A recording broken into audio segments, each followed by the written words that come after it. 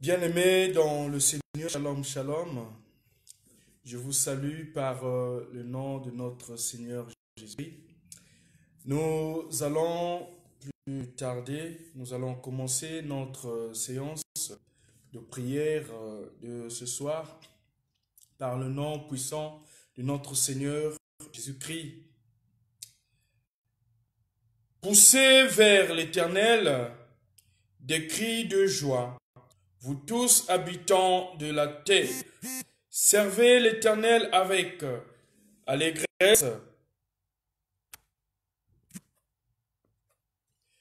Désolé. Donc, servez l'Éternel avec joie. Venez avec allégresse en sa présence. Sachez que l'Éternel est Dieu. C'est lui qui nous a fait et nous lui appartenons. Nous sommes son peuple et le troupeau de son pâturage. Et dans ses portes avec des louanges, dans ses parvis avec des cantiques, célébrez-le, bénissez son nom, car l'Éternel est bon. Sa bonté dure à toujours et sa fidélité de génération en génération. Que la grâce, la paix vous soit donnée de la part de Dieu le Père, Dieu le Fils et Dieu le Saint-Esprit en toute vérité. Amen. Bien-aimés dans le Seigneur, nous allons louer notre Dieu avec ce cantique. Alors, si tu connais ce cantique, tu pourrais chanter avec moi. Alors, si tu ne maîtrises pas, je t'invite tout simplement d'être attentif aux paroles de ces cantiques ou d'acclamer juste. Nous faisons ça pour la gloire de l'Éternel. Alors, c'est un cantique qui est en langue kikongo. Tidi monana et Yesu.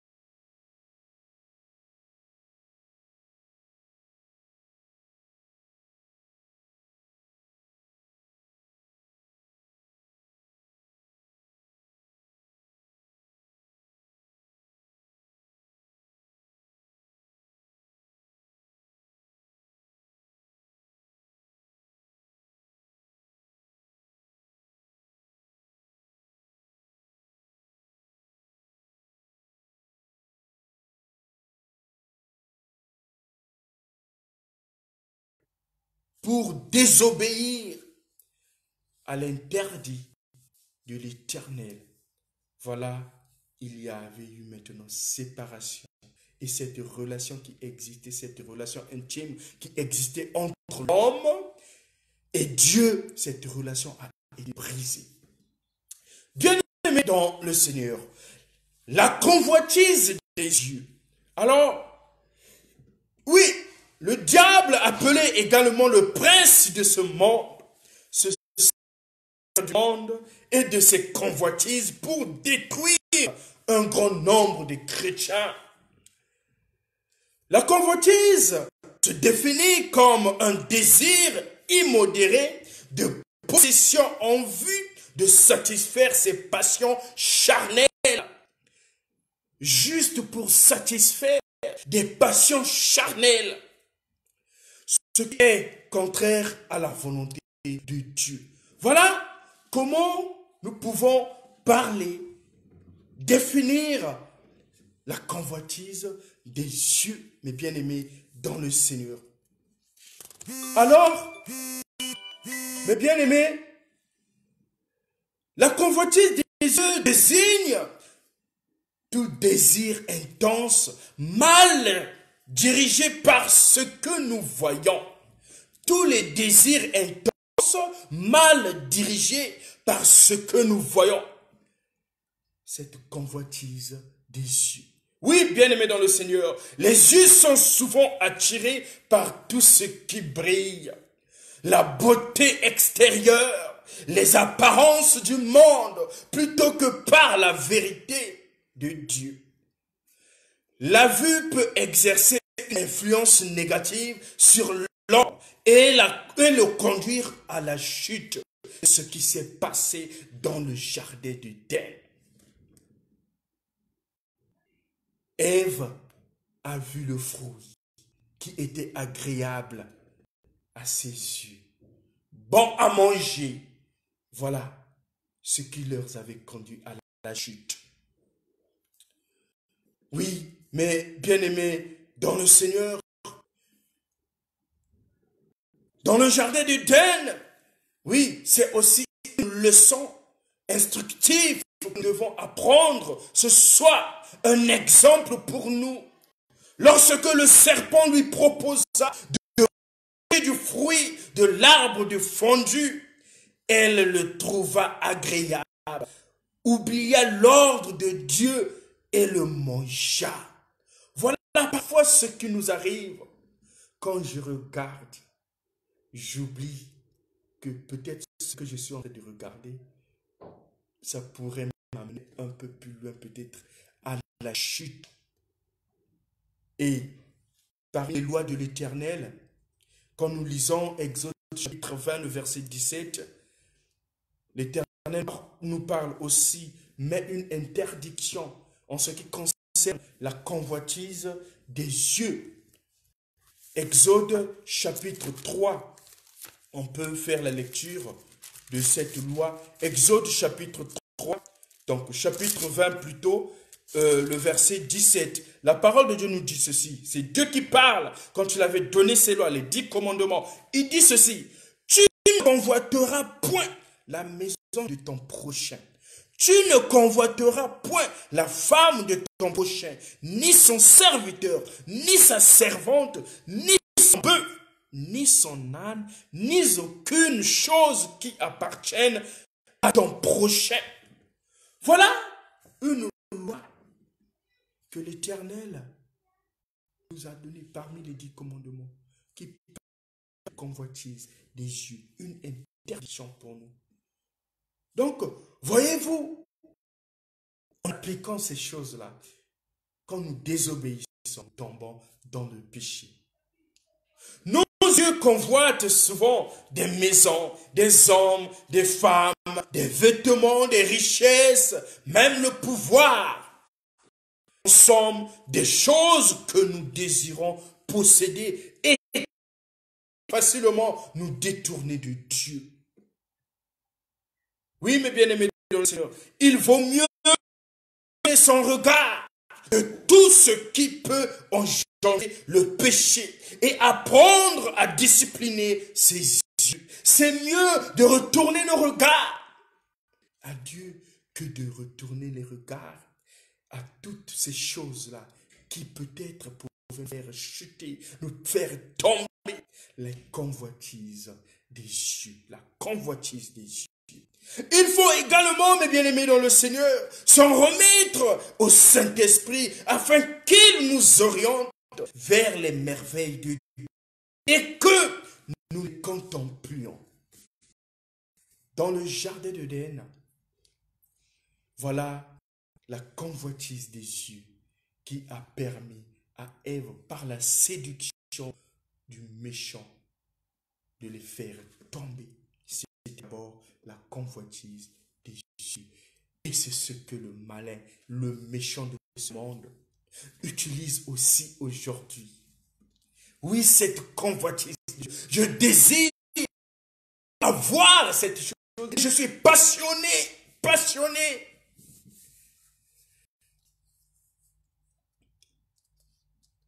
Mais la parole de Dieu nous dit, tu ne convoiteras point. Tu ne convoiteras point. Bien-aimés dans le Seigneur, quand nous parlons maintenant de la deuxième clé, celle de la convoitise de la chair. Donc la première clé que le méchant utilise, c'est la convoitise de la chair. Et c'est ce qui le place dans les cœurs des hommes quand il trouve l'opportunité. Et le diable, quand il trouve cette opportunité, c'est à toi qui donne. C'est la personne, premièrement, pardon, qui ouvre sa vie, son cœur, pour donner cette opportunité au diable de s'installer. Et quand le méchant parle dans ta vie, c'est par là où il commence à jouer son rôle, où il commence à se manifester. Et avec ces manifestations, par rapport à la première clé, la convoitise des yeux, pour nous montrer des choses qui par la suite viennent juste pour détruire notre vie, pour nous faire chuter. Mais la Bible nous dit, tu ne convoiteras pas. Voilà pourquoi, bien-aimés dans le Seigneur, nous devons demander la force du Saint-Esprit. Quand nous avons accepté le Christ comme Seigneur et Sauveur, nous devons continuer à marcher selon sa volonté, afin de ne pas permettre au diable, afin de ne pas permettre aux méchants d'avoir une place dans notre vie, d'avoir une place dans ta vie. Et la deuxième clé, mes bien-aimés dans le Seigneur, c'est la convoitise de la chair. Oui,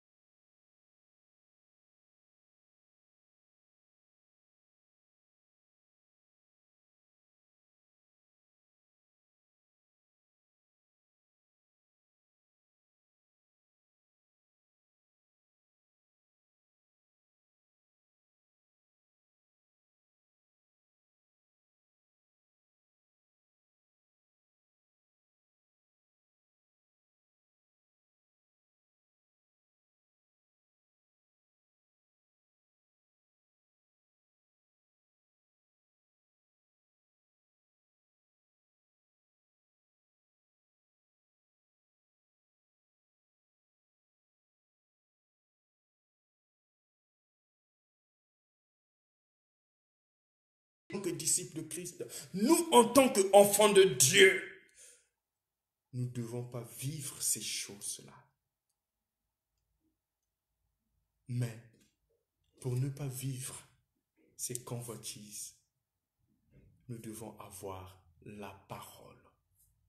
Oui, la parole qui nous transforme, cette parole qui nous vivifie, cette parole qui nous donne la force, cette parole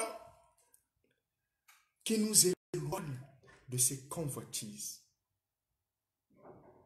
Cette parole qui nous éclaire, cette parole qui nous donne le courage de continuer cette marche.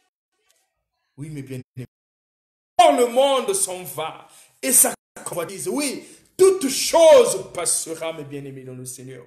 Toute chose de ce monde passera. Mais celui qui fait la volonté de Dieu demeure éternellement.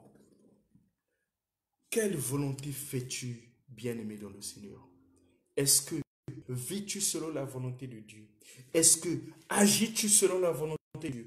Est-ce que tu marches selon la volonté de Dieu? Ou tu vis selon la volonté du méchant? Ou tu vis selon la volonté du diable? Ou tu vis selon la volonté de l'ennemi de ce monde? Bien-aimé, Dieu veut te changer. Dieu veut que tu puisses changer. Dieu veut que tu puisses te transformer. Dieu veut que tu puisses laisser ces choses. Dieu veut que tu ne puisses plus être entraîné par ces convoitises. Oui, bien-aimé, voilà sa volonté. Sa volonté est que tu sois sauvé. Sa volonté est que tu parviennes à sa volonté. Oui, bien-aimé, par rapport à ces trois clés, es-tu disciple de ce monde? Alors, si tu appliques ces choses-là, si tu marches selon ces convoitises-là, c'est le moment, bien-aimé dans le Seigneur, de changer et de revêtir cette puissance, de revêtir le Christ. Et c'est le Christ qui nous transforme. C'est le Christ qui nous donne les armes qu'il faut afin de convaincre, afin de détruire ces clés, afin de détruire ces propositions que le méchant, le prince de ce monde nous propose au moyen, par la voie de ses convoitises. C'est de la chair, des yeux et du monde et de l'orgueil de vie. Oui, quand nous marchons aussi dans ces convoitises-là, nous exécutons à ce qui nous propose la chair, ce que nous avons lu, que nous connaissons, que Galates, l'épître de Galates parle. Nous marchons dans l'impudicité, nous marchons dans les querelles, nous marchons dans l'ivognerie, nous marchons dans l'impureté, nous marchons dans la colère, oui, dans la colère, dans la jalousie, oui, dans la jalousie. On est là, on est accro dans ces choses-là. Mais c'est la chair que nous satisfaisons. C'est la chair. Et le diable est là pour acclamer. Mais Dieu ne veut pas de ça. Dieu veut que tu marches selon l'esprit, selon sa volonté, que tu demeures éternellement. Voilà la volonté de Dieu. Car il dit que le monde s'en va et sa convoitise. Tout ce que nous voyons, toutes ces clés que nous venons d'apprendre, que nous venons de découvrir, toutes ces clés-là vont s'en aller avec ce monde. Mais celui qui fait la volonté de Dieu demeure éternellement. Bien-aimé, c'est mieux de choisir cette voie, de faire la volonté de Dieu, de suivre ce Dieu-là, de servir ce Dieu-là, de vivre ce Dieu-là, afin que nous puissions vivre éternellement. Voilà ce que l'Éternel veut de nous. Voilà ce que l'Éternel veut de toi. Voilà ce que l'Éternel veut de moi. Voilà ce que l'Éternel veut de nous. Oui, bien-aimés dans le Seigneur, marchons selon l'Esprit et n'accomplissons pas les désirs de la chair. Car cela nous emmène juste à la mort, à la ruine, à la mort, cette mort physique et cette mort spirituelle. Mais Dieu veut que nous puissions vivre éternellement, étant donné que nous sommes des voyageurs sur cette terre. Pourquoi laissons-nous encore cette place au prince de ce monde d'envahir toute notre personnalité? Bien-aimés dans le Seigneur, que le Seigneur nous aide, que le Seigneur nous donne la force, car nous connaissons les réalités de ce monde qui est corrompu, ce monde qui est corrompu par le malin, le diable, ce monde qui propose de beaucoup de choses qui nous emmènent à la chute, et que l'Éternel nous aide à marcher comme il le veut, selon sa volonté, à marcher avec cette force, à marcher dans la lumière, à savoir dire non aux méchants, de savoir dire non à l'ennemi, de savoir dire non au diable, de ne pas pénétrer dans ma vie, de ne pas envahir toute ma vie, de ne pas prendre place